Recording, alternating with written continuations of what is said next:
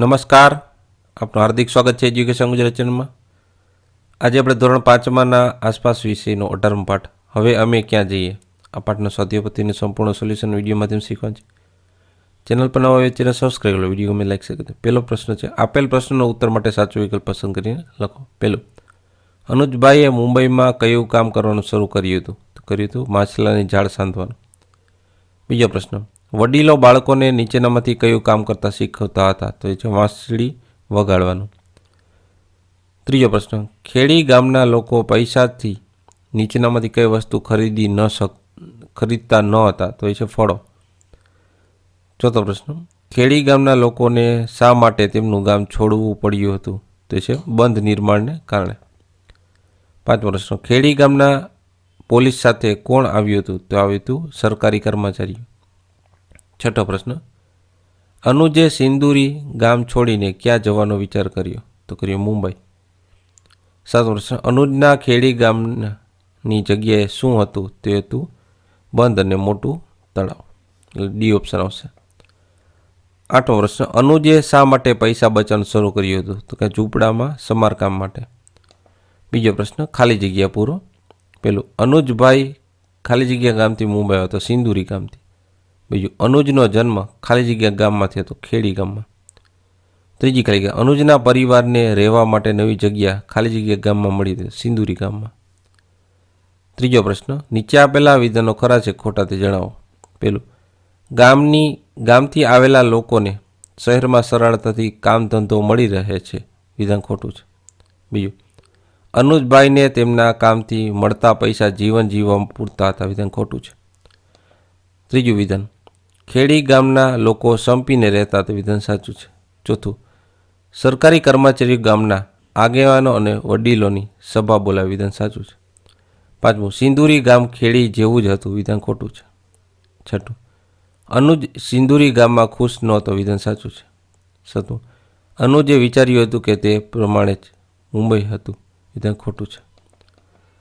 ચોથો પ્રશ્ન, નીચે આપેલા પ્રશ્નો 1-2 વાક્યમાં ઉત્તર લખો. પહેલો પ્રશ્ન, ગામ છોડીને શહેરમાં આવેલા લોકોને શરૂઆતમાં કઈ કઈ મુશ્કેલીઓ પડે છે? તેનો જવાબ છે, ગામ છોડીને શહેર આવેલા લોકોને શરૂઆતમાં રહેવાની, કામ મેળવવાની, ખોરાક પાણીની અને કેટલીક વખત ભાષાની એટલે કે બોલીની એટલે કે વાતચીતની તકલીફો પડે છે. બીજો પ્રશ્ન, અનુજભાઈએ તેમની કમાણીમાંથી શેના પૈસા ચૂકવવા પડતા હતા? તેનો જવાબ છે, અનુજભાઈને તેમની કમાણીમાંથી દવાના, ખાવાના, શાળાની ફીના, ઘરના ભાડાના તથા પાણીના પૈસા ચૂકવવા પડતા હતા. ત્રીજો પ્રશ્ન, અનુજના કુટુંબ જેવા લોકોએ શા માટે મોટા શહેરમાં આવવું પડે છે? તેનો જવાબ છે, અનુજના કુટુંબ જેવા લોકોએ રોજગારી મેળવવા અને બાળકોને યોગ્ય શાળાકીય શિક્ષણ મળે તે માટે શહેરમાં આવવું પડે છે. ચોથો પ્રશ્ન, શહેરમાં કયો ઘોંઘાટ હોય છે? તેનો જવાબ છે, શહેરમાં વાહનોથી અવરજવરનો, કારખાનાના મશીનોનો, વાહનોના હોર્નનો, મિલોના ભૂંગળાઓનો, જાહેરાતના લાઉડસ્પીકર વગેરે અવાજનો ઘોંઘાટ હોય છે. પાંચમો પ્રશ્ન, ખેડી ગામના લોકો પૈસાથી શું ખરીદતા હતા? તેનો જવાબ છે, ખેડી ગામના લોકો પૈસાથી મીઠું, તેલ, ચોખા અને ક્યારેક કપડાં ખરીદતા હતા. છઠ્ઠો પ્રશ્ન, અનુજે શીખેલી કઈ કઈ વાતો તેને મુંબઈમાં કામ આવશે? તેનો જવાબ છે, માછલી પકડવી, પછી ઢોલ અને વાંસળી વગાડવી, ગીત ગાવું કે નૃત્ય કરવું વગેરે જેવા કામો અનુજને મુંબઈમાં રોજગારી મેળવવા માટે કામ લાગશે. સાતમો પ્રશ્ન, બંધ બાંધવા માટે શું કરવામાં આવે છે? તેનો જવાબ છે, બંધ બાંધવા માટે નદીનો પ્રવાહ રોકવા માટે દિવાલ બનાવવામાં આવે છે. આઠમો પ્રશ્ન, ખેડી ગામના લોકોએ શું શું છોડીને જવું પડશે? તેનો જવાબ છે, ખેડી ગામના લોકોએ પોતાના ઘર, ખેતર, જમીન વગેરે છોડીને જવું પડશે.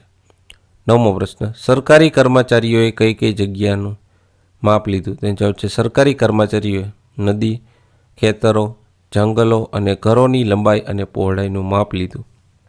10મો પ્રશ્ન, અનુજે મુંબઈ જવા માટે શું તૈયારી કરી? તેનો જવાબ છે, અનુજે મુંબઈ જવા માટે તેની જમીન અને પશુઓને વેચી દીધા.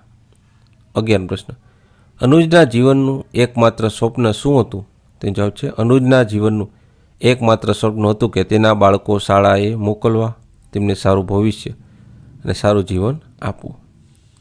બીજો પ્રશ્ન, અનુજભાઈના બાળકોને મુંબઈમાં કેવા પ્રકારની શાળાઓમાં જતા હશે?